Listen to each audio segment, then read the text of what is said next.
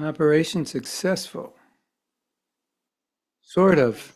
I mean, the light is there, but anyway. So, welcome back. As always, we want you to ask lots of questions and make lots of comments, because that will help me write this book. I just had a meeting with one of my godbrothers. He was helping me, giving me ideas of how to write it better so it's more interesting. So give me 1 second, and I will bring it up.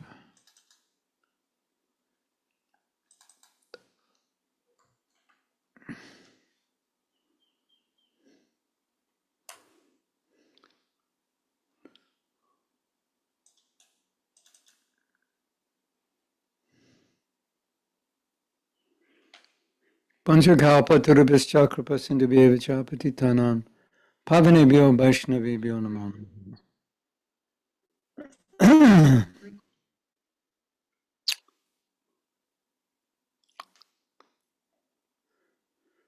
We are reading from my book about Srila Prabhupada, and I believe the next section is the way we did book distribution was upsetting people.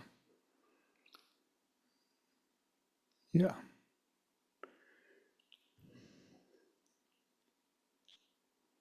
We developed certain methods that increased book distribution, but were not 100% straightforward.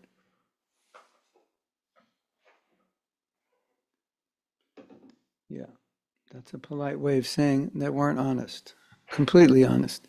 As a result, our image and relations with the public degraded. Many people who received books were so upset or discouraged by the exchange with the book distributors that they didn't want to read the book, or worse, would just leave the book at the airport or even throw it away.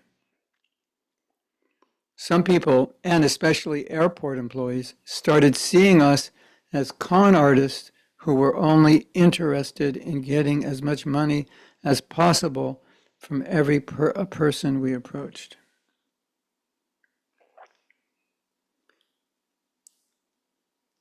These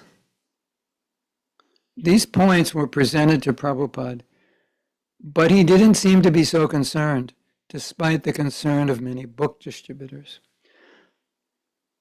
Why?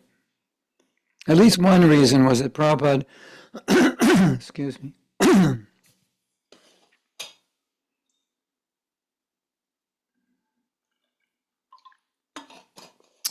Prabhupada didn't want to dampen the enthusiasm for book distribution that had built up over the years. If we made drastic changes in our book distribution methods, or in any way, or if Prabhupada in any way discouraged the book distributors, well, I would say, any way discouraged the methods the book distributors were using.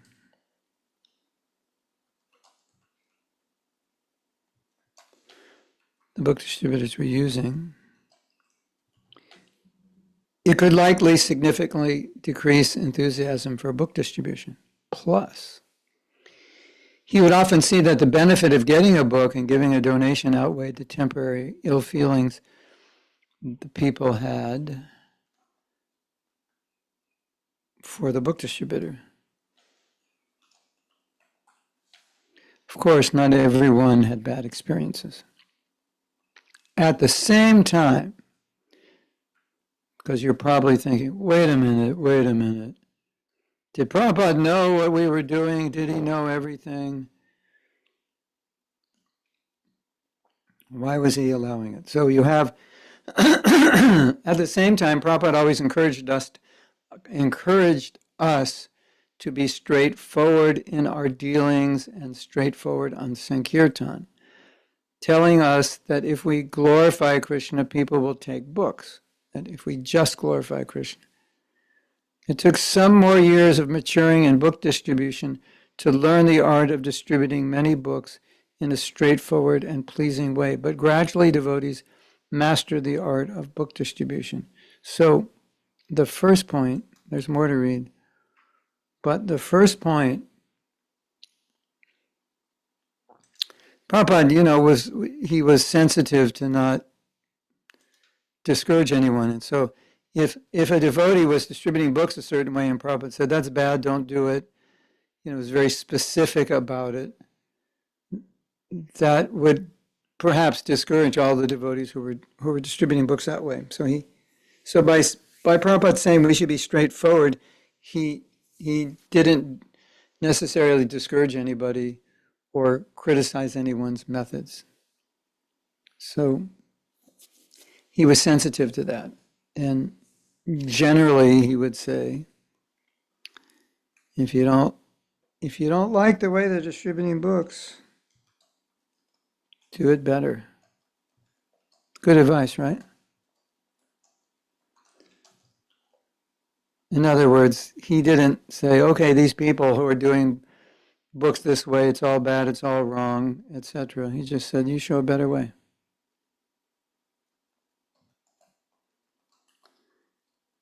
And everyone will follow you.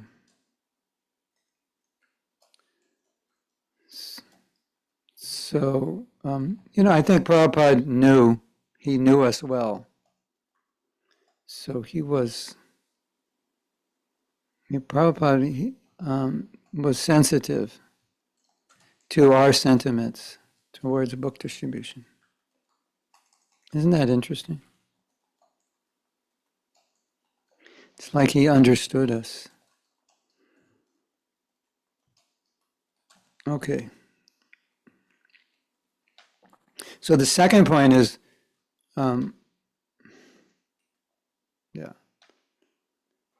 The second point is Prabhupada would always say, be straightforward. I never lied. There's a letter like that.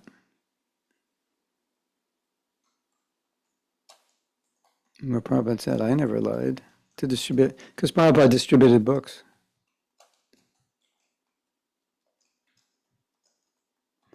So, it's interesting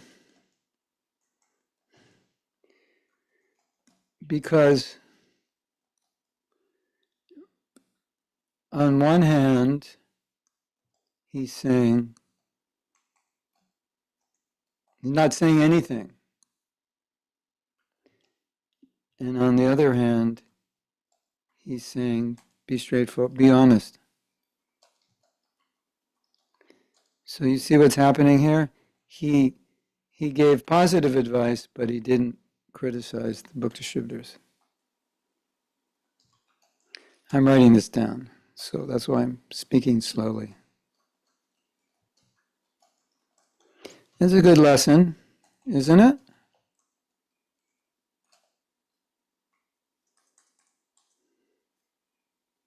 He didn't want to discourage anyone. At the same time, he wanted to get us to straighten our act up, clean our act up.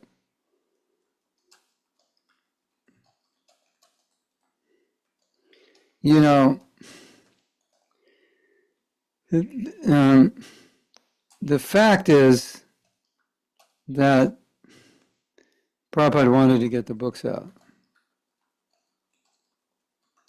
So it was like if we could only do it by using somewhat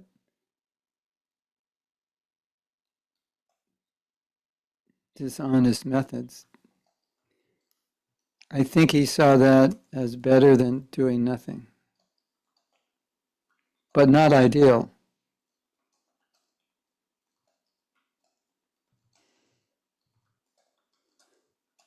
So, Prabhupada was dealing with a lot of people who were not ideal.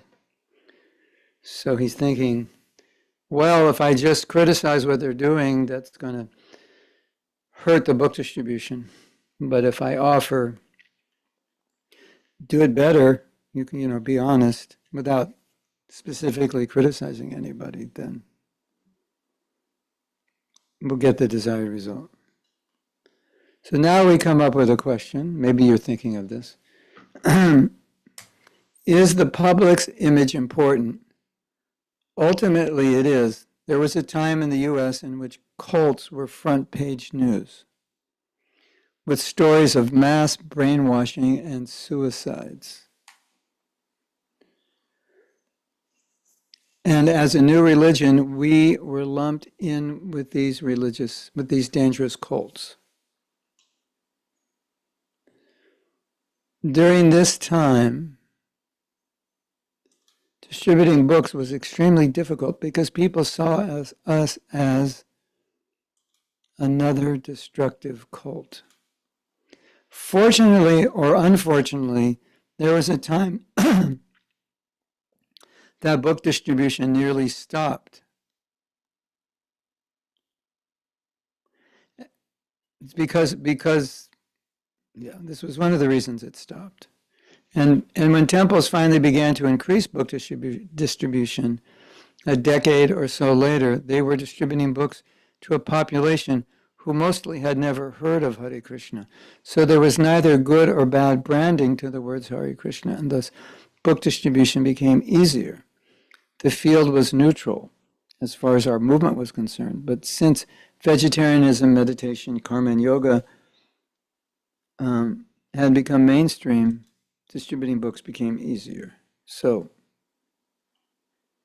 now devotees just go, are you interested in yoga, meditation, karma? You've heard of that? And I go, yeah. Oh, here's a book. Can you give a little donation? Help pay for the printing. It's pretty straightforward. I mean, it could be more straightforward. Krishna is the Supreme Personality of Godhead. Have you heard of him? No, here's his picture. That's God. We used to do that in the early 70s. It would, if people had enough marijuana, hashish, or mescaline, or LSD, that worked on them. They would just go, cool, that's God, yeah, cool. But that's a different time, different era. Okay. We had a question. I didn't see that. From the last class.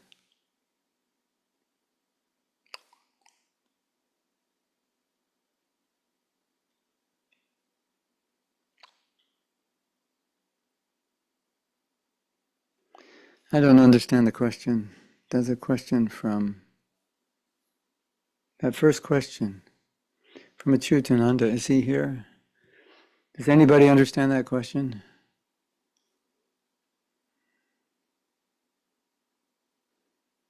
Oh, I understand. Why were the pastimes kept secret? It's Kali Yuga, Mahaprabhu's mercy. He wants to give the highest thing. Doesn't make any sense. The only sense is Mahaprabhu wants to give the highest thing. And he'll make us qualified through chanting the Mahamantra. It's because it's Kali Yuga and still people are not Krishna conscious. So Mahaprabhu thought, well, let's, these people they're going downhill fast. Let's just give them mercy. Let's just give them all the mercy. It's Kali Yuga, let's just do it.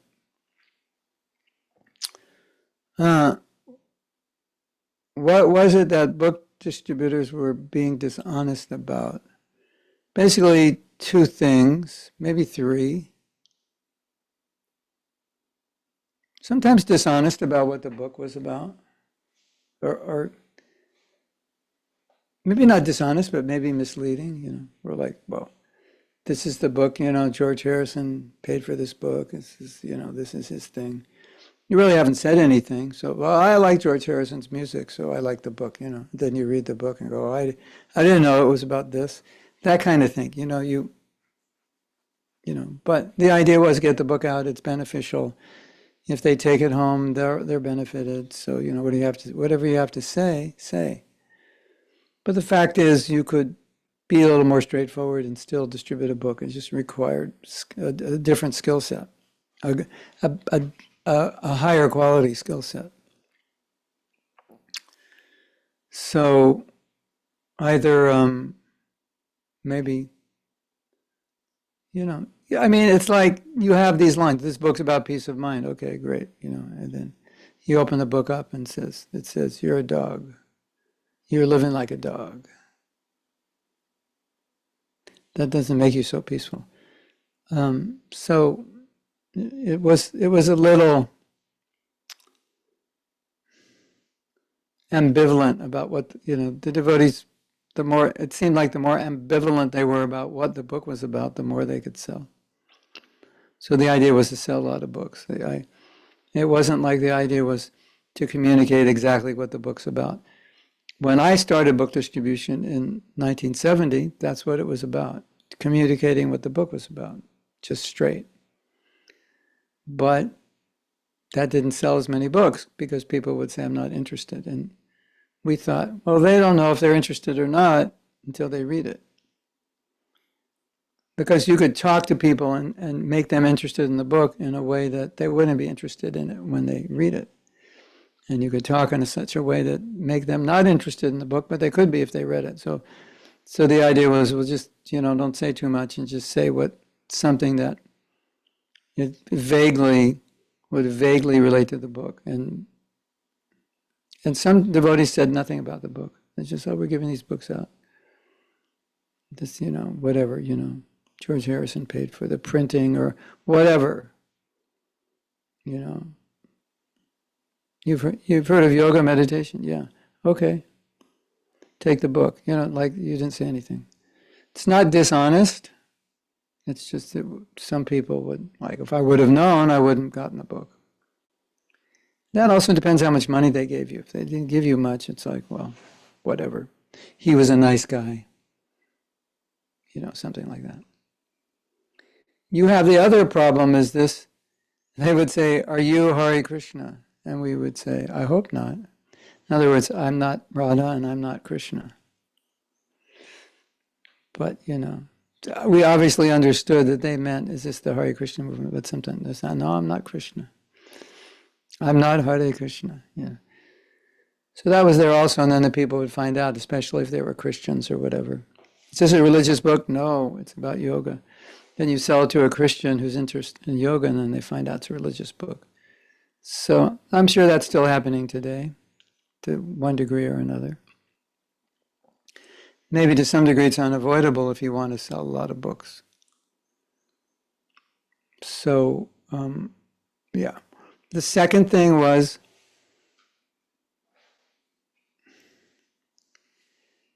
we ask people to give a donation, they'd say, how much? And say, well, give whatever you want. Or you say, some people are giving 5, some give 10, some give 20. You might say that. And they'd say, okay, so they'd maybe go to their wallet to give 3 or 4 or 5. And everybody would go out with a lot of dollar bills, single bills, or as you call them, notes, £1 notes. And you'd go about like 20, 30. And so you'd say to the person, you'd pull out your notes and you'd say, I have a lot of £1 notes. Do you have a bigger bill I can give you change for? And they'd say, sure. So they give you a 20, and you take the 20, and you would either say, well, a lot of people are giving 20, could you just leave it at that? Because they'll say, okay, here's, I'll give you 5, I'll give you 3, I'll give you 10. And we'd say, a lot of people are giving 20, could you just leave it? Or you give them back 10 and they'd say, I'll give you 5, you give them back 10 and say, could you give an extra 5? That would really help. Now, you could do that nicely, but we weren't doing it nicely. It was kind of like, could you give 20? Thanks a lot, and walk away. Not even wait for the answer. Like that.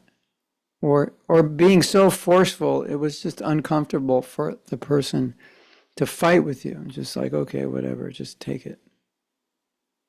So it's like, I'll give you 5, and then I give you 10 back for your 20 and say, could you give 10? That would really help.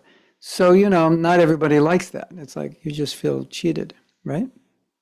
I think just listening to this, you feel cheated, right? But if you say, would it be possible, do you think? It'd really be nice. Could you give another 5? Because, in the bookstore, this book would probably sell for 25. And We're just trying to cover the printing. And, you don't have to. It's okay. I told you it was a donation, so don't worry about it. Like that would be okay, better. And depending where you were and how polite people are or are not, were not, you get reactions. People are polite, they're like, okay. You get some Americans not so polite. This is what would happen. Okay, here's another one. I went to South Africa in 1981. This never happened in South Africa, but it happened a lot in America. We'd give a book and we'd say, we're passing these books out. Here, take a little book, we're passing them out. We didn't say they cost anything. It's a little book on yoga. It's written thousands of years ago. And it'll help you become happy, peaceful, and answer a lot of questions. And they say, well, thanks a lot. Appreciate it. Looks interesting. And you shake their hand and go, oh yeah, before you go, we just asked for donations. And often they'd say, you gave me the book.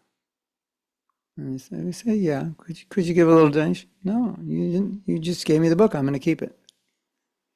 Then the devotee has to haggle with him. Well, can I just give you a little book, just less to print? No, I want this book. You gave it to me. So that never happened in South Africa. And it probably happens less in England, where people are a little more polite than some Americans.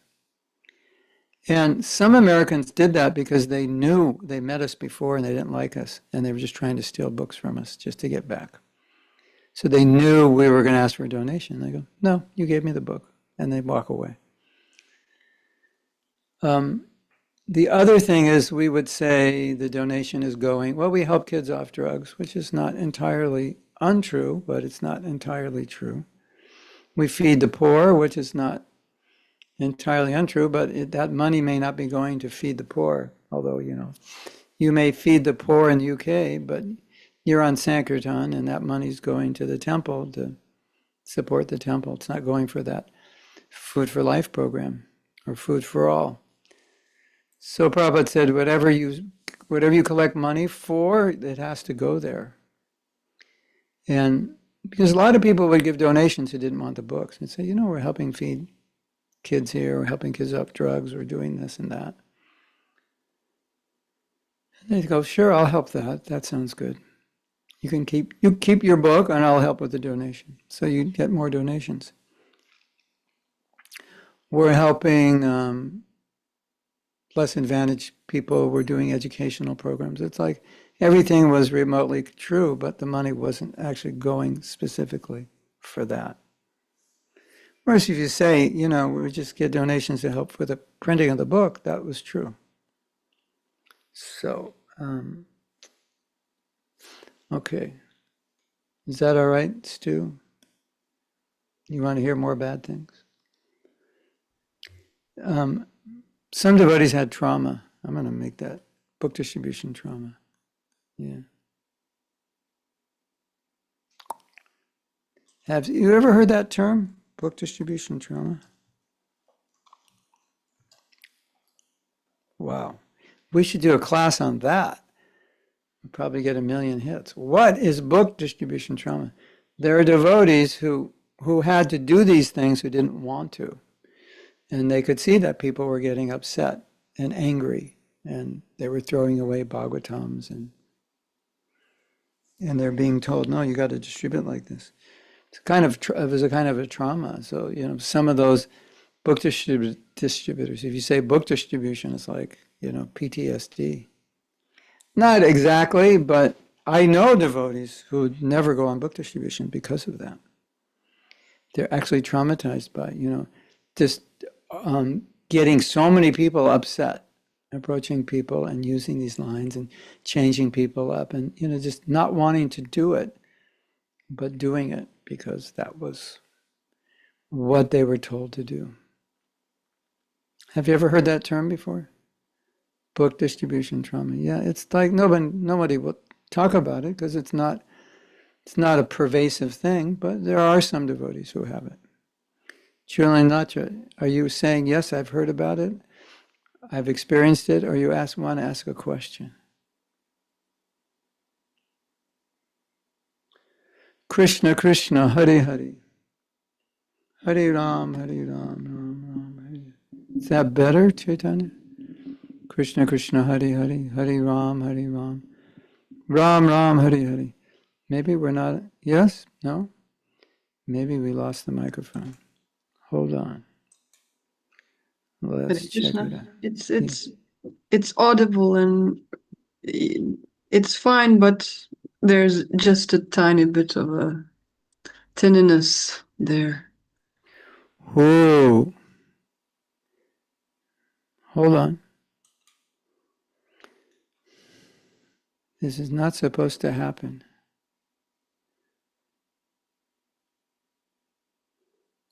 Krishna Govinda Hari Murari. He Natha Narayana Bhaja Vasudeva. Govinda Govinda.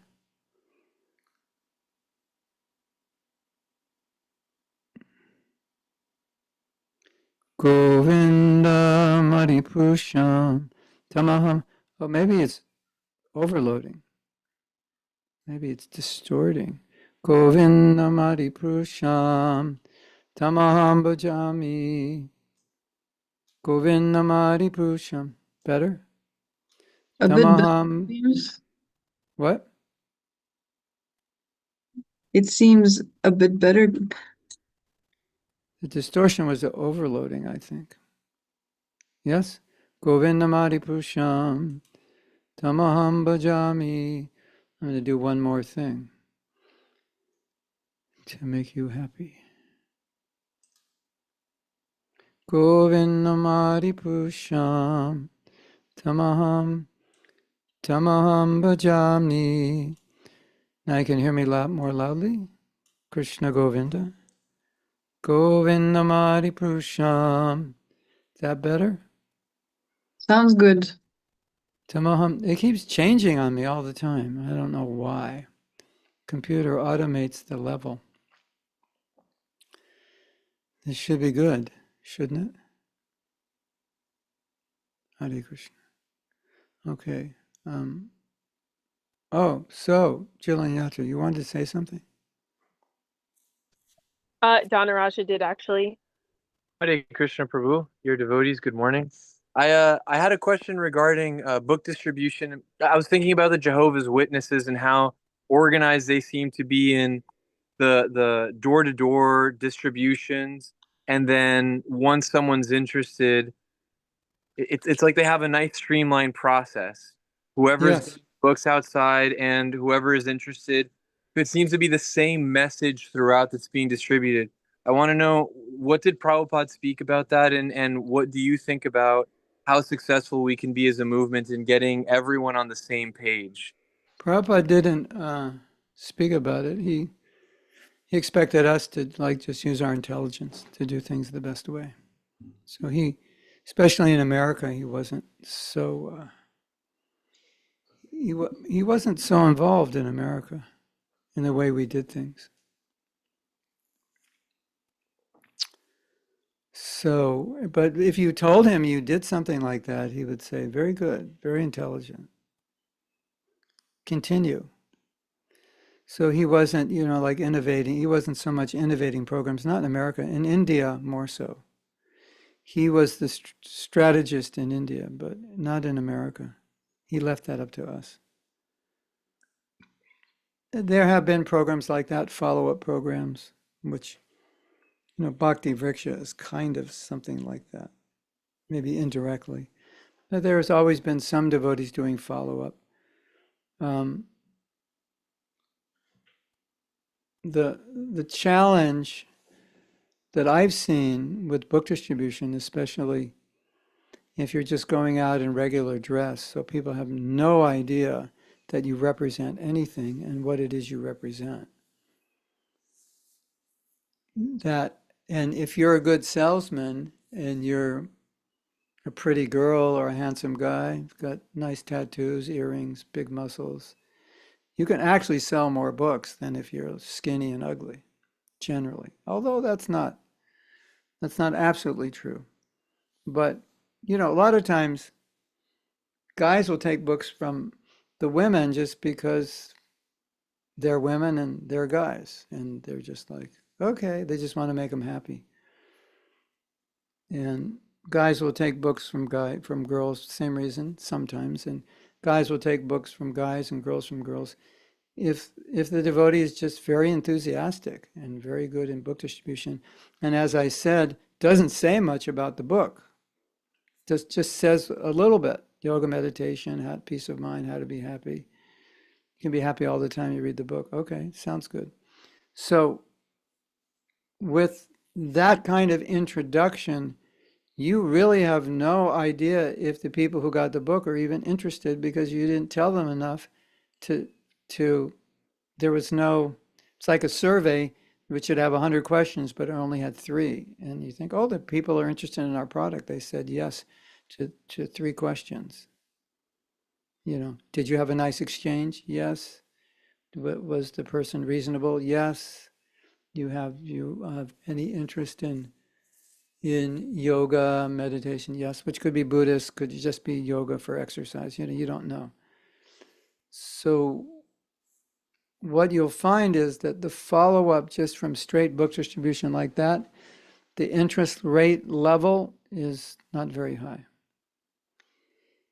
If you can channel them into some program like, watch Wisdom of the Sages every day, and they come there and they're sticking it out there, yeah, then follow up with them is going to be more productive. So it's like that first level of follow-up is like you're going to you distribute 100 books a week. You might get a few people if you're lucky, but you will think, I'll probably get most of these people. They all seem so interested. But we don't, if you're out of college and you're talking to people and having long conversations and you're getting to know them, you get their phone number like that. That's a little different from my experience. So I'm not trying to minimize book distribution. I'm just trying to say the nature of it often is such that it doesn't qualify people's interest in the sense that they seem interested, but maybe not. Whereas if you're at a Rath Yatra festival, there's a changing bodies. They see this is a movement, Hare Krishna, like that, and then they're interested. It's more likely they're actually interested. That's my experience. So it's not a critique of book distribution. It just means that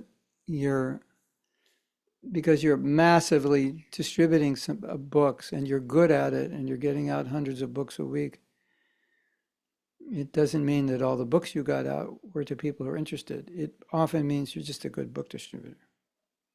And so you have to know that, and you have to be patient, and you have to, if you can meet somebody and talk to them and get their number and follow up with them, that's good. Of course, Prabhupada said, what's the use of talking to people? Just get them a book. But I think that was like you talk, and they go away, and they didn't even get a book. You talk them. So in that situation, yeah, you talk so much, nothing happened. They didn't get a book, and they went away. So better they get a book. But if they're actually interested, I would say talk to them talk to them enough to see if they're interested. And be able to discriminate. And then, yes, have some program to follow up.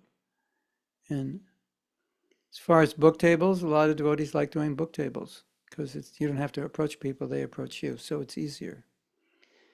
And it's a different vibe because you didn't approach them. They came up to you. So they can't get upset with you because they're the ones who came up to you. But the general answer to your question is Prabhupada let us do it the way we thought was best. He gave us the goal, distribute the books, make people Krishna conscious. You decide how to do it. But if you decide how to do it and you went from distributing 100 Gitas a day to 3, I don't think Prabhupada would think that's a good idea. So you have to be aware of that also. But naturally, like, you say you distributed books for 10 years and you're thinking, I distributed thousands of books. Where are those people who got the books? I have no idea. Naturally, you'd want to do some kind of follow-up program, right? Yes? I would think so. Yeah. So that's natural. But that's really up to the book distributors and the temple, if they want to do that and how they do that. You know, in the old days in New York, they would distribute books on the streets of New York. And anybody can get anywhere in New York because of the subways.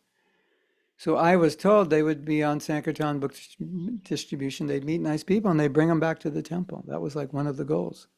How many people can I bring back to the temple tonight when I go back? So you meet somebody, you know, and say, would you like to come to a program tonight? And they're like, yeah. I say, well, I'm going to be going at 6 o'clock. Can you meet me here? And they're like, sure. Or let's go. If they're really interested, let's go now. So that was the old style book distribution, early 70s.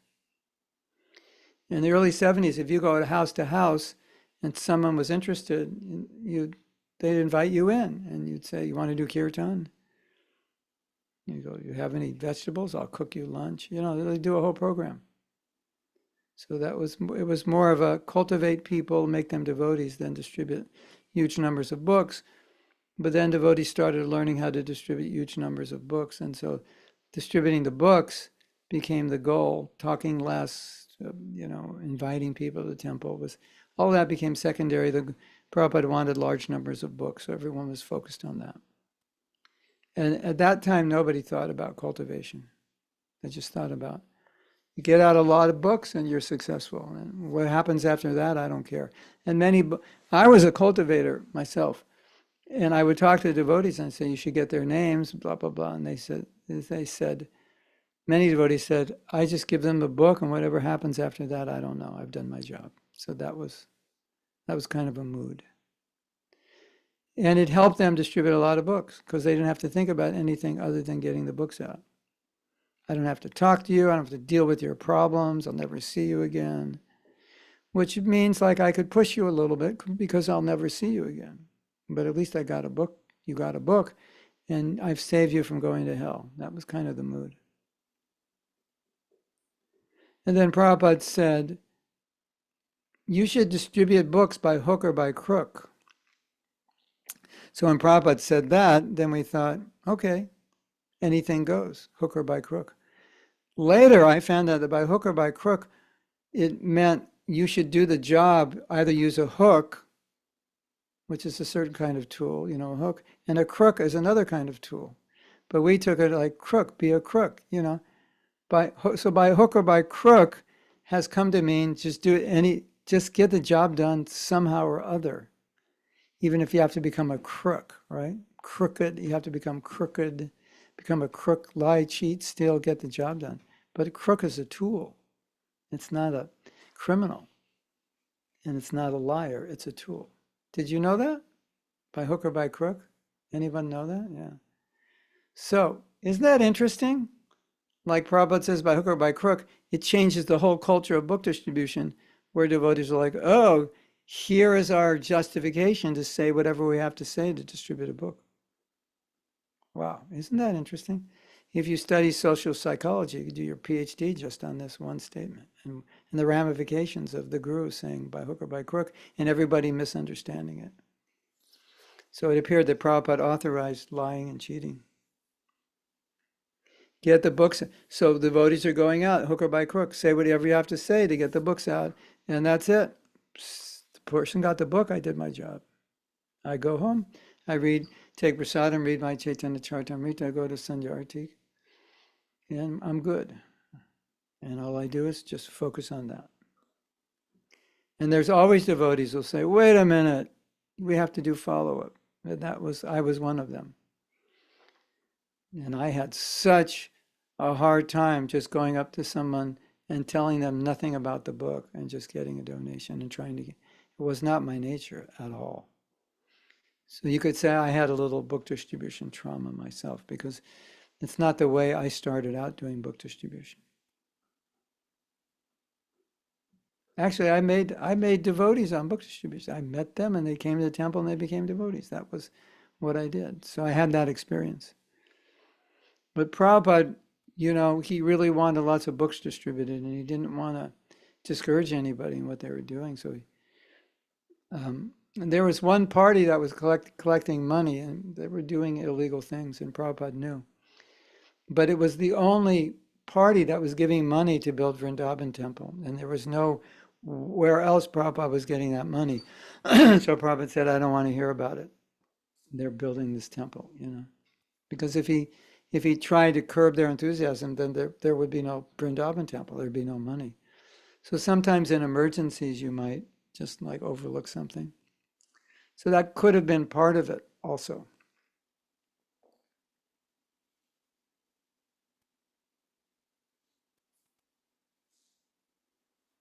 But I think I know like Vaisheshika Prabhu told me he has a program. It's like an online program for new people. So that's perfect, because everyone you meet on book distribution, if you think they're interested, you can send them to this online program, introductory program. And I think that's perfect. And then you just need devotees to cultivate personal relationships with those people, and then you've got a really good program.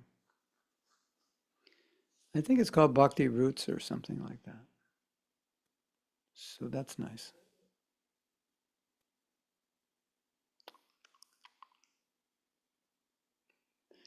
Krishna Krishna Hari Hari. Okay.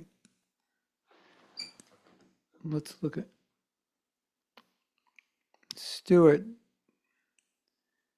says, war is now a topical subject. I find people are getting interested in the setting of the Gita.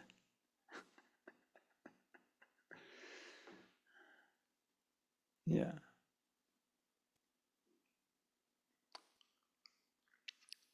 Yes. Hmm.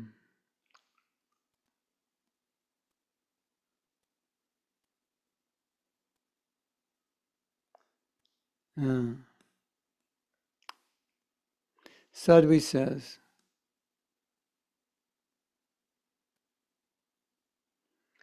after she gives a book, she says,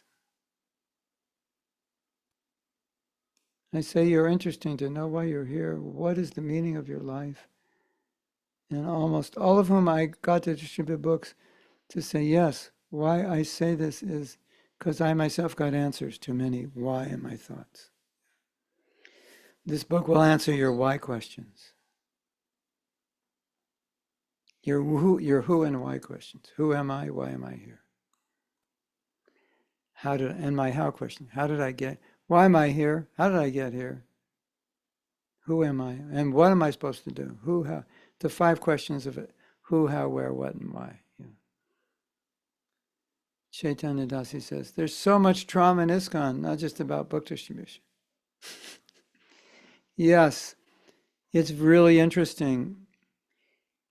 It's really interesting to take conditioned souls and put them in an environment and say, stop being conditioned souls. Control yourself, and see what an experiment that is. Put a bunch of rats in a cage and deprive them of the pleasures of life and see what happens to them, because that's what we're doing. It's like we're putting all these devotees in a tank and say, no more illicit sex, no more intoxication, no more gambling, and you can't eat any meat, and you can only eat if it's offered, and you can't think this and feel that and do this, and like, whoa, certainly there's going to be some problems, don't you think? The rats start fighting with one another because so I think I think a lot of like so-called trauma is that we're traumatized because we're giving up sense gratification. That's the trauma.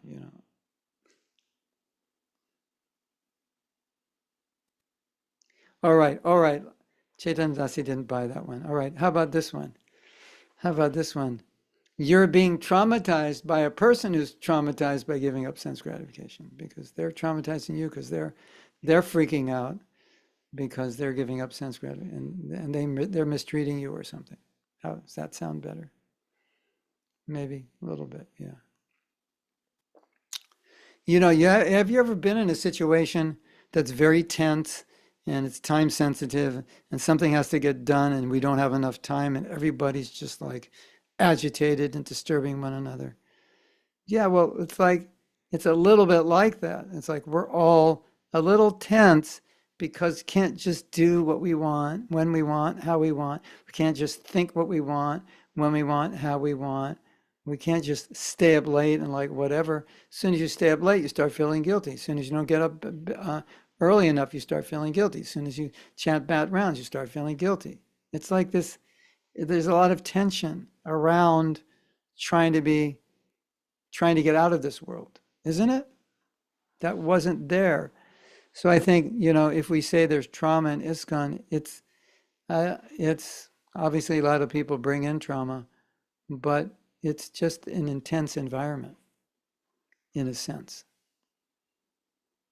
that we're all trying to restrict ourselves in. It's not always easy.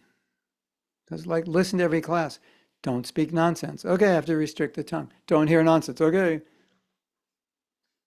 Don't see nonsense.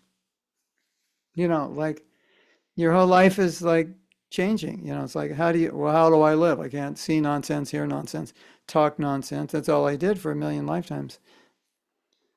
Don't look at that beautiful girl. But she's beautiful. Don't look at her. It's lust. Oh, I feel so bad. I lusted. It's like,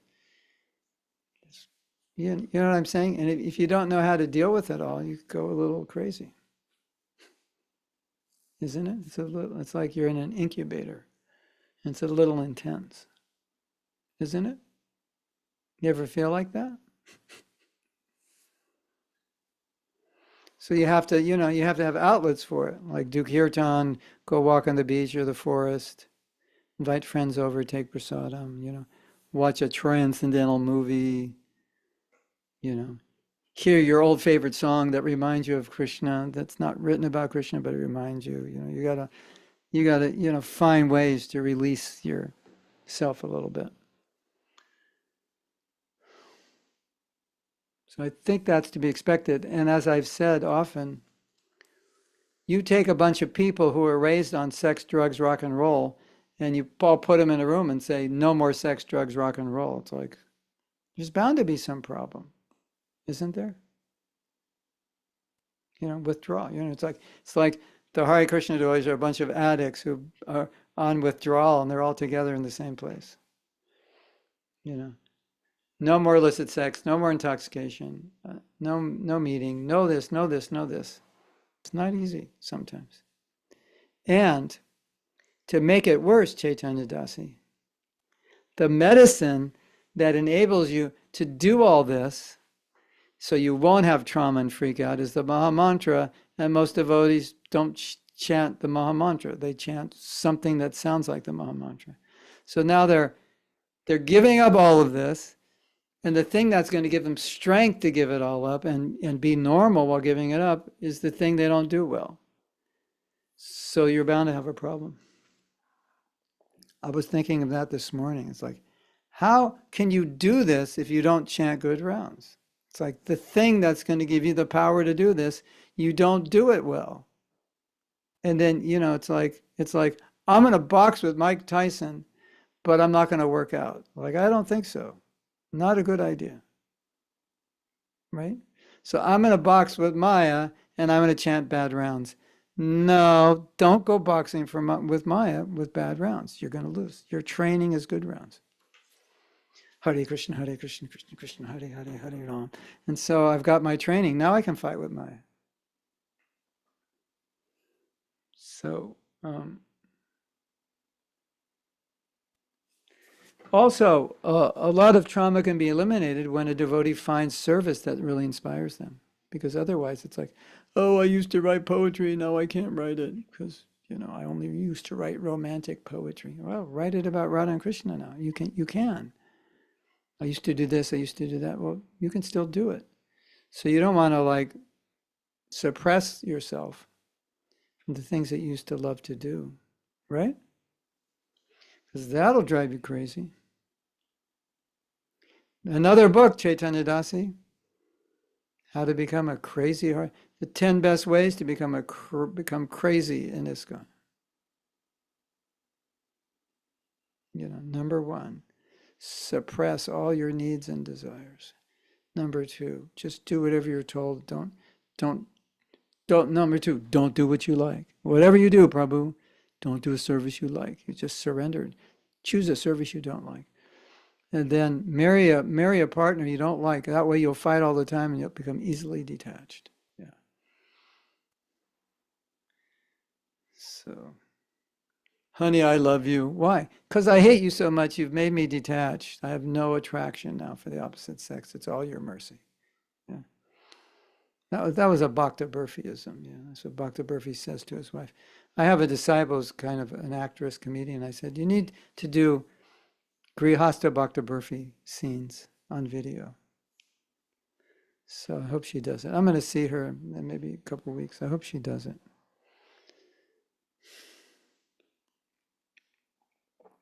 That's why I tell all the women, when you see the brahmacharis are like really adverse and averse, they're really averse to women.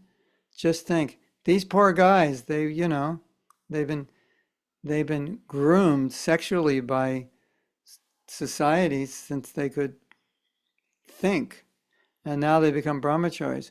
Of course they're going to hate women. It's the only way they can do it.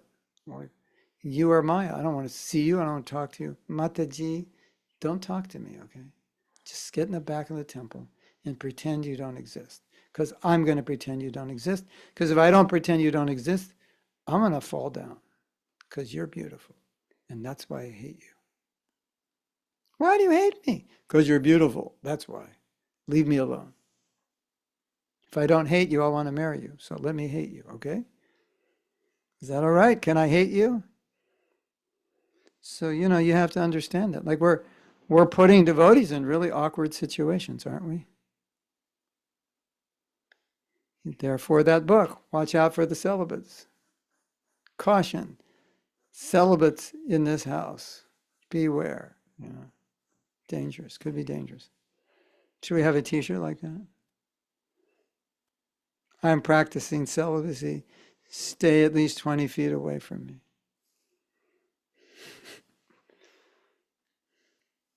Stu lived in the ashram with all those young brahmacharis. You've seen it firsthand, right? It's not easy. So we have to understand that. That's what we're going through, all kinds of things, right? Isn't it? And we're reconditioning ourselves. So someday, all of this will not be traumatic and difficult. It'll just be natural and normal. Like, yeah. Do you think about this? No. Do you desire that? No. You have this need? No. I had it when I was 25. Don't have it now. I've become purified. Krishna consciousness is natural. So Krishna consciousness is so natural that when you first take it, because we're so conditioned, it feels completely unnatural.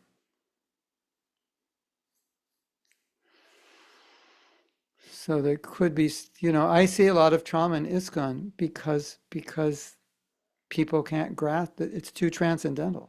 Like, I just need a religion that's not transcendental. I need a religion just like grounded, They just play rock and roll in the church and, everybody's saved. You don't really have to do much. Then you're not going to get so much trauma, right?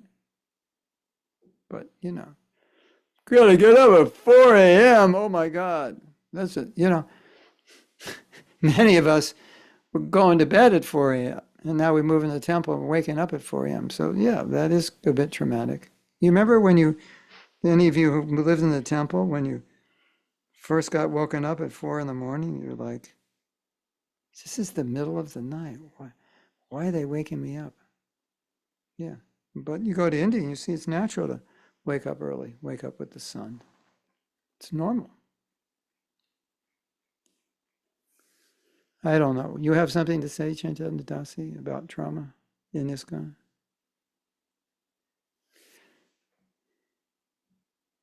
You want to say something? What, you said Hare something? Krishna, I wrote something. It's what you were speaking about is quite normal. I mean, it's not easy to start living in a disciplined way, but what a lot of devotees in ISKCON went through, like in the 70s, 80s, 90s, 2000s, like it's crazy. Oh yeah, right. arranged marriages by Oh, yeah, temple yeah, authorities and things like that. It's quite traumatic. It's all part of the same problem, though. It's part of the general problem of what it is. It's a culture that we didn't grow up in, and we're trying to make sense of it, and we don't know how. Because that kind of stuff would happen less in India, because it's already they're not adjusting to another culture. And so, you see when you go to India, it's like it's just natural. It's very natural, at least culturally. So we have Westerners adopting a different culture and trying to figure out how to do that. And so misunderstanding philosophy, applying it in a balanced way, all of that is more difficult for us because we don't have any reference point. So then we make our reference point is fanaticism and fear that will fall into Maya. That's why there's fanaticism, right? Mm.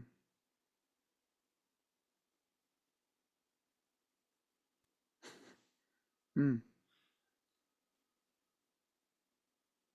Mm. Yeah. So a lot of that trauma, according to Chaitanya Dasi, I will analyze it, is created by immature leaders who didn't understand. I don't even think it was a misunderstanding of philosophy. I think it was more just immaturity in life in general. I mean, it was both, but I think the immaturity in life maybe had more to do with it than the misunderstanding of philosophy was a consequence of being immature as a person. Because mature people generally wouldn't apply immature understandings of the philosophy because it wouldn't make sense to them. So yes. All right. Now we're going to have a whole class on trauma. Esther says it was difficult back then in Germany distributing books because I would distribute the whole day 5 books. Yeah. Now, Esther, if you just said a little book about yoga, a little book about yoga, where are you from? Oh, I have an uncle there. Yeah, it's a nice place. Wow. And you would have distributed 100 books if you did that, right? And that's what the devotees did who distributed a lot of books, right? They did small talk, isn't it? They made friends, talked about everything but the book. Oh, yeah, I've been there before. That's a beautiful place. In fact, I have a cousin that lives there. I love to go there. Wow. You're so fortunate you live there. That's amazing. Well, can you give a little donation to help out? What's the book about? Yeah, yoga. Yeah. You heard of yoga, right? Yeah, it's cool. You'll like it. And then they like you and they give a donation. Yeah. Esther was too straightforward. That's her problem. You need to lie more. That's Hare Krishna. All right.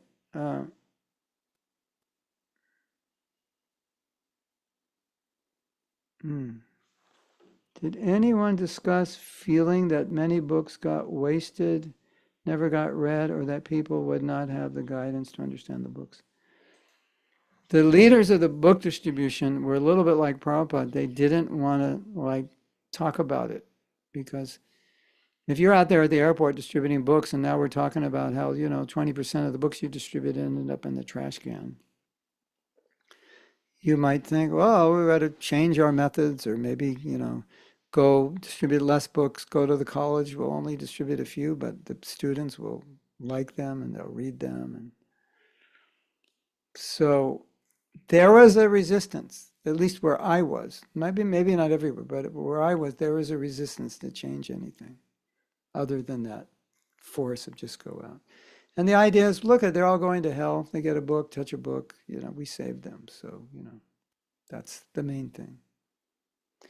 In fact, Stu, you will not believe this, but I was at Sadhu Sangha and I was talking to a godbrother and he said, I am totally traumatized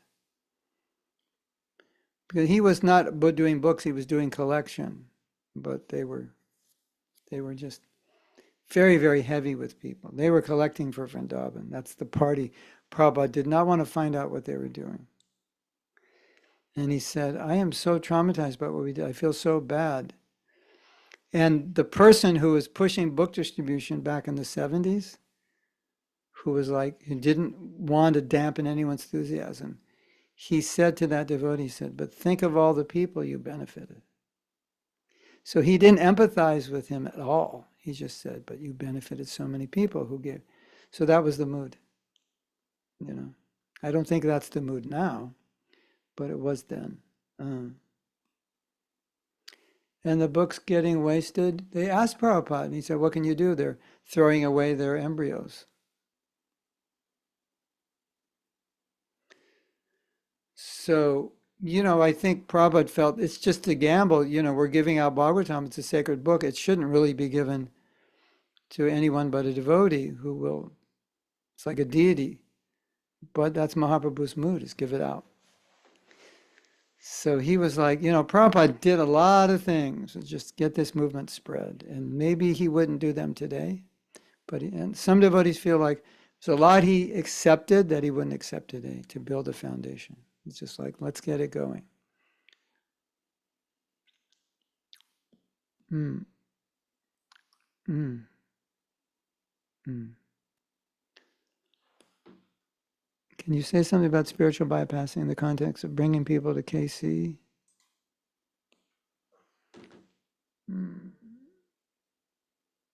Where did that question go? I lost it. Something about spiritual bypassing in the context of bringing people to Krishna consciousness or in book distribution. Yeah, the idea was, and I'm not saying everyone felt this way, and I think a lot of people who stopped distributing books or did it in different ways felt this way, but the idea was somehow or other give them a book, and if they get a book, your job is done. It's a kind of spiritual bypassing because you're not really taking responsibility for burning them out. You're taking responsibility for getting them a book, but no responsibility for creating a relationship in a way that they'd want to read the book, and no responsibility at all for follow-up. Say, what if I like this? What do I do? I go, oh, it was right here. Just write Bhaktivedanta Book Trust. And you'd write the Bhaktivedanta Book Trust, say you're interested. You may get a nice reply, you may not. There was a time when a devotee was replying to every letter, and he was making devotees. But I don't know today how they reply and who's replying, and so you don't know, as opposed to write me. So it was like, don't write me, write them. So it's also part of their nature to do that, but it is a little bit of a bypass, like irresponsible, I think. But maybe that devotee has no inclination and no time to talk to people. That's okay. If you have like a program like Vaisheshika Prabhu has, then you can direct people there. You can direct them to wisdom of the sages. You can direct them to so many things. So that's good. But at least you want to have a good experience with them so that they would be favorable. Okay. 10 ways to become a Hari crazy. All right. Fabiana's going to write it. You have more than 10 ways you become crazy already. So you can write the book. Your husband, your boyfriend can help you write the book because he'll show you how crazy you are. I'm sure he does already. You just have to write it down and write a book. Co-authored with your boyfriend, your fiance. Dhanaraja's temple president Paragate was a Vaishnavi who told all the women in the temple, do not go near him, leave him alone. That was nice. She knew Dhanaraj well. Don't let him get near women. It's got, yeah. But that's true. That's true for all men. Yeah, it's like, I think if I had mystic power, I would make all the women in this movement men for one day so they would understand what it's like to be a man, because they don't. There's a story like that, Narada Muni, like he he couldn't understand something. So Krishna created this, like he couldn't understand household life. And so Krishna created a whole situation where he became attracted to a woman and he had a family and this and that and fell into Maya. It was actually all a dream in his mind, but that's the way Krishna answered the question. He's like, why are these men so lusty? You'll never understand until you become a man. I don't think you can, And you might think, oh, it's hard to be a woman. Yeah, I don't doubt it. It's hard to be a man also. It's just hard in different ways. That's all. Huh. Yes. Okay. I really appreciated that because, well, when we were talking about brahmacharis being so averse to seeing women, I was in a situation that I was being protected, so I didn't need to like defend myself. Nice. It was very nice. Nice. Yeah, another interesting topic is we say women need to be protected. What about men? We say women need to be chaste. What about men? Men don't need to be chaste. Men don't need, we all need to be chaste and protected, right? The woman, in the Bhagavatam, Prabhupada says the woman is like man's intelligence. She gives good guidance, and the woman is the protector, because when a man has a woman, then all the other women are off bounds, off limits. So she protects him.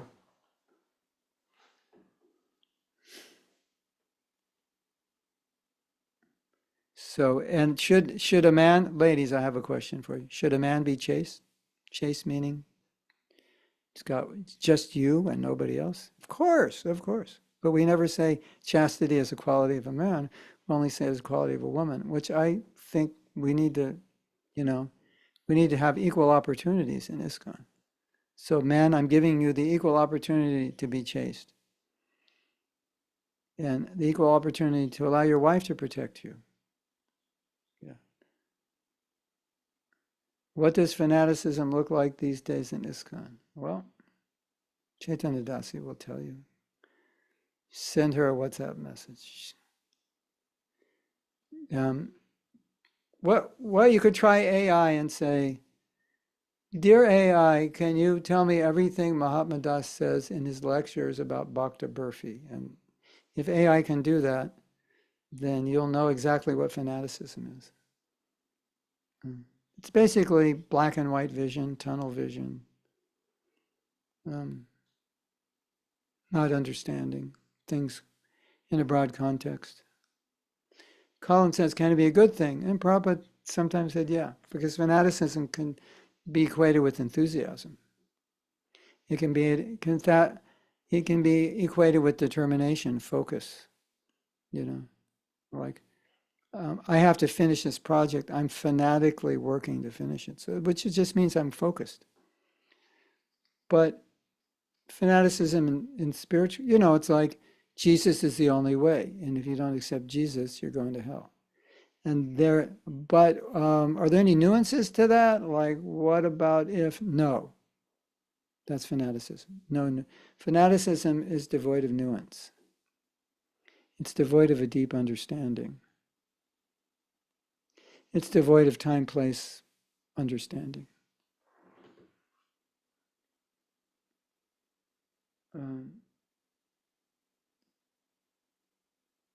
Yeah. So there's the positive side of fanaticism.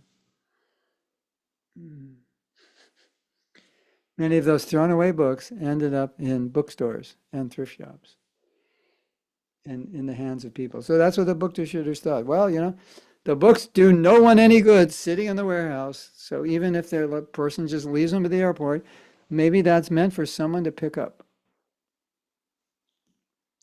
So that's the idea. And we can't argue that idea, but maybe it's better to distribute books in a way that people would actually take them home. Obviously. Shalini says, all the trauma may be bearable. What adds to it is the fact that Krishna also starts purifying us, and our karmic reactions speed up. That part is difficult to deal with. especially certain aspects like health issues and criticism from society. They're wondering, what happened to this person? Why are they withdrawing from material things? Some of this purifying is almost impossible to handle. Yeah. But I was just reading something I wrote the other day. And basically the conclusion was a very interesting statement was, without suffering, we cannot go back to Godhead. That was the conclusion. Or it said something like, without suffering, none of us would want to be devotees. It's true, isn't it? I mean, that's just very clear and blunt. So if without suffering, none of us would be devotees, I guess suffering is good. I mean, of course, the logical mind doesn't think suffering's good. But if you analyze it in that way, that without suffering, no one's going back to Godhead. Wow, that's an interesting way of saying it. And Shalini and everyone else, what I always think is, when they're suffering, I just think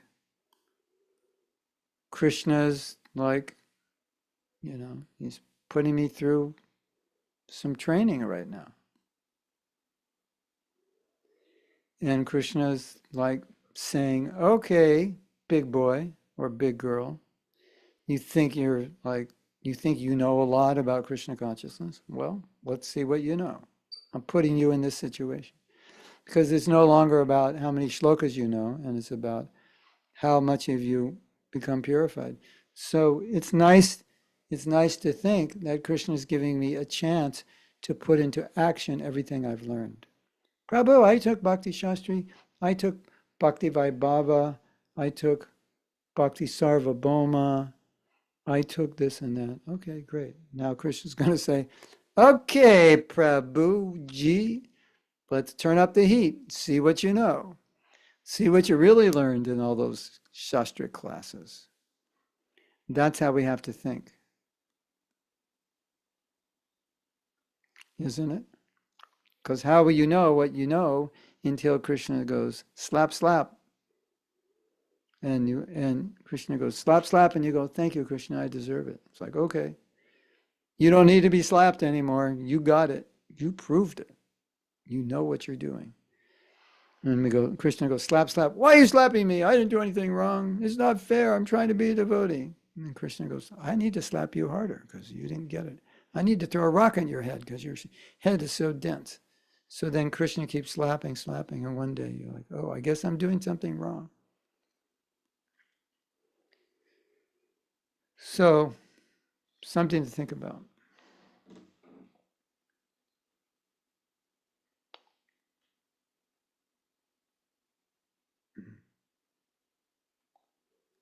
So, Sadhvi's asking, should people attend our Zoom classes? Not this one. This is people who just get books. I don't think they should attend this one. I think they should look up the Bhakti Roots program. Just Google Bhakti Roots and see if there's an introductory program. That would be better. It's better to have them come to programs that are designed for them. I mean, any of you could do a program for new people, and we can send all the new people to you.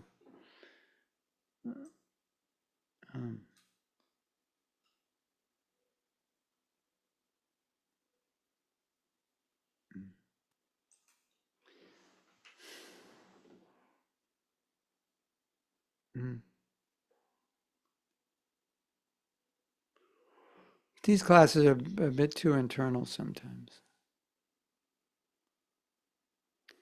Maybe what's better is you could find a class that you think would be suitable for them and send them the link. That might be safer.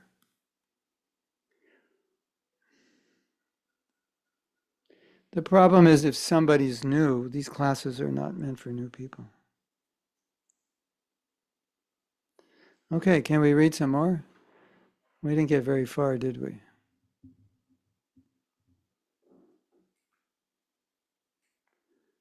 At least we got the microphone working, right? That was a big accomplishment.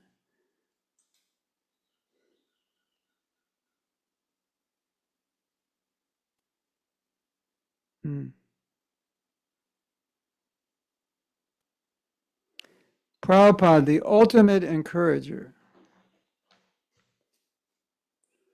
Maya is always trying to discourage us, make us feel that becoming Krishna consciousness is difficult or impossible.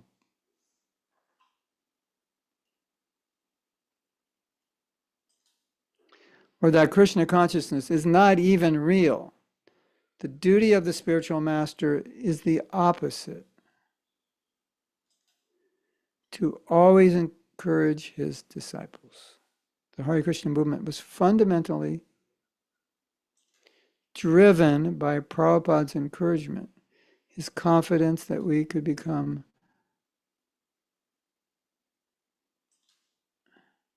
Prabhupada's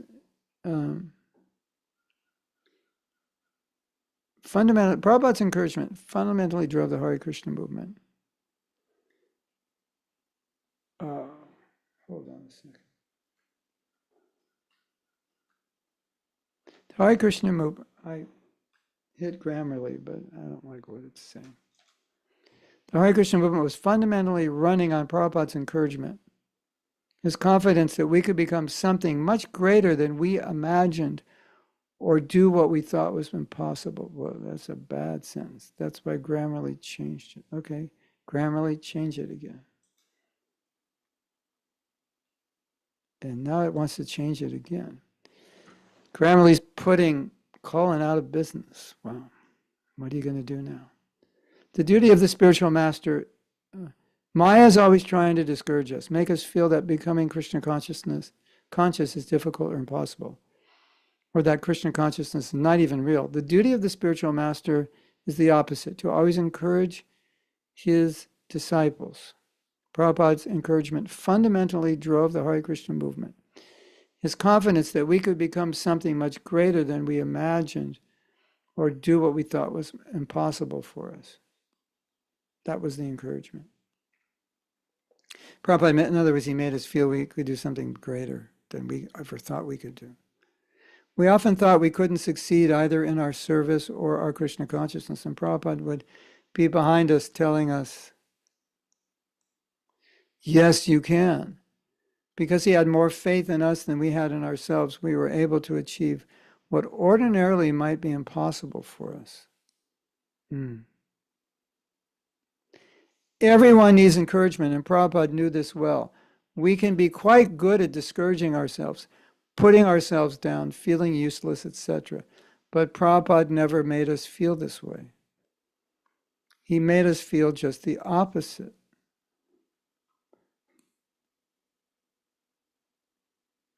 Prabhupada would use encouragement to propel our youthful energy forward. When a devotee would tell Prabhupada what he or she, what they were doing, he'd normally reply with, "I'm very pleased with your service. Please continue in this way." You'll see a lot of letters like that. Like we were talking in the humility course last night. Sometimes we just need some confirmation that what we're doing is right. So Prabhupada was good at confirming. Please continue in this way. This pleases me very much. What else do we need to hear? If you know something pleases your spiritual master, that's all you need to know to stay enthused and to feel totally valued. So Prabhupada was doing this all the time. Have any of you noticed that? Like read Prabhupada's letters and just notice how encouraging he was? It's because I think Prabhupada understood that Maya is trying to discourage us, so he better encourage us. If he doesn't encourage us, we're in trouble. That is my take on it.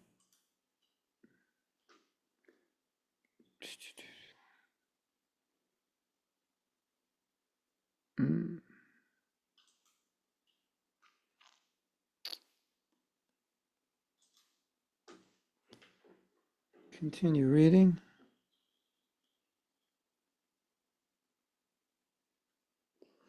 One way Prabhupada encouraged devotees was that he made them think their specific service was most important. There are letters to different devotees who had different services in which Prabhupada told each devotee that your service is the most important service. How inspired a devotee feels when he or she feels his service is the most important. You might ask, by nature, only one thing can be most important, also by grammar. So how can many things be simultaneously most important? It is because the spiritual world doesn't possess the same limitations as the material world. So more than one thing can be most important. And of course, for us, what is most important doesn't have to be most important for anyone else. The point is that Prabhupada wanted us to feel that our service was most important, and obviously that made us totally dedicated to our service. So in one sense, although Prabhupada said your service is the most important, it also meant it's the most important thing for you. He also made us feel we were helping him spread the movement and that he could not spread Krishna consciousness without us. Out of extreme humility, he amazingly said, actually, I am unqualified. I am not qualified to be your spiritual master. I'll just say, yeah. Actually, I'm not qualified to be your spiritual master. You're doing everything.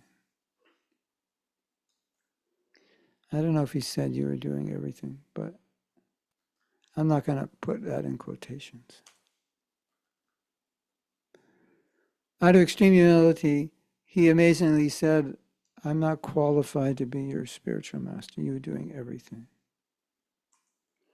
It is significant to note that he never saw our disqualifications as a disqualification for service or for the practice of bhakti. He saw our sincerity as our qualification, and in his mind, that one qualification would override any other disqualifications we had. There's more here, which I'm not going to read because I have too much to do to go overtime today. Oh yeah, Stuart says, Think Gita is a good course for new people. So Sadhvi, why don't you invite your people to Think Gita? You can look it up. Or Stu, you have a link or something? Or you just Google Think Gita? It's a great course for new people.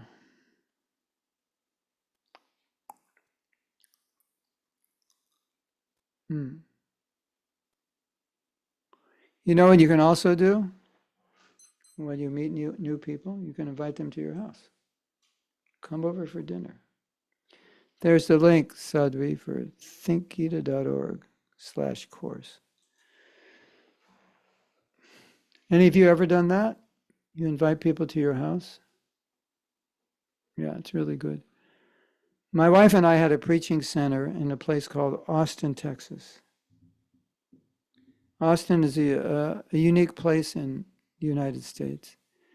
And the motto of Austin is Keep Austin Crazy. That gives you an idea. A little bit like about what it's like. Keep Austin crazy, yeah. And our preaching center was a one-bedroom apartment about a block from the university. And it had a living room, a lounge, which was big enough for maybe 30 people, squeeze them in, 35. And so when we would invite people over for programs, basically we're inviting them over to our house. And it was so good because they would just get to know us personally because it was our house. So it's very, very nice way to attract people who are interested. Invite them over to your house. Let's have dinner. Let's talk. Oh, yeah. Okay, so I'm a little brain dead right now. I did the course last night and I was really tired. And then I was so tired last night after I finished the course at 9:30 and I hadn't eaten dinner. So then I ate dinner and then I don't want to go to bed right after I eat dinner. So I stayed up late. And even though I stay up late, I don't get up late. That's just the way I am. So my brain is running on 3 cylinders instead of 4 right now. But I have other things to do, so we'll have to say goodbye. Somehow or other, we normally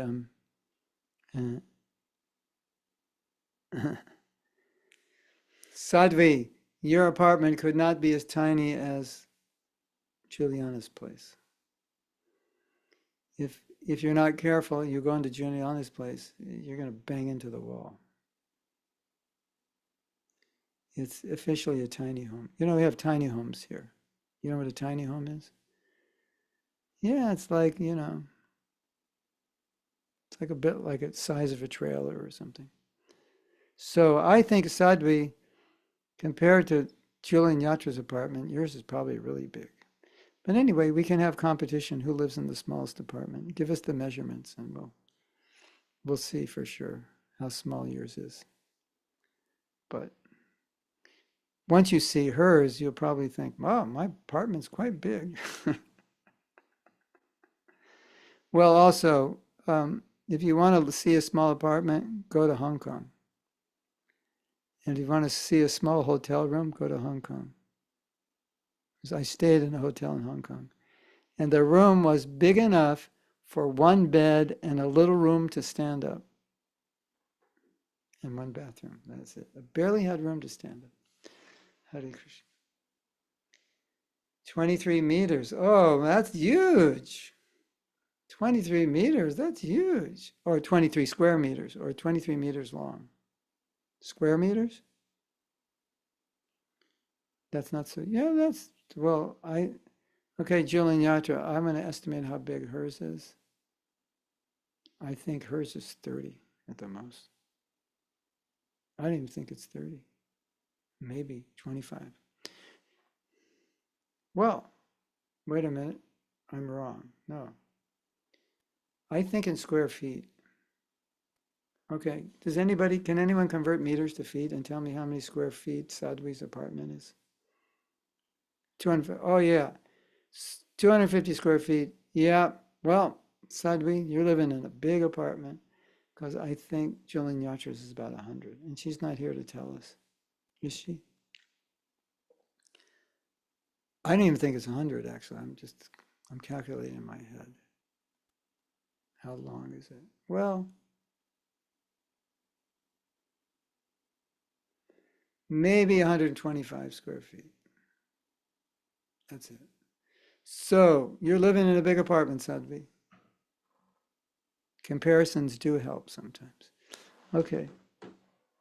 If you always compare your situation to somebody worse than you, then you'll feel good. If you compare it to someone better than you, then you'll feel bad. So, compared to Julian Yatra, Sadhvi lives in a big apartment. And how big is your apartment, Chaitanya Dasi? Can you do it in square feet? 400 square feet, right? Yeah. Okay, Sadhvi. Now, when you compare your apartment to Chaitanya Dasi's, you're going to feel like you live in a small apartment. So compare it to Julian Yatra's and you'll feel good, but if you compare it to Chaitanya Dasi, you'll feel bad. So, Hare Krishna. Srila Prabhupada ki jai, Go Premanande, Hari Hari Bol. Go Premanande.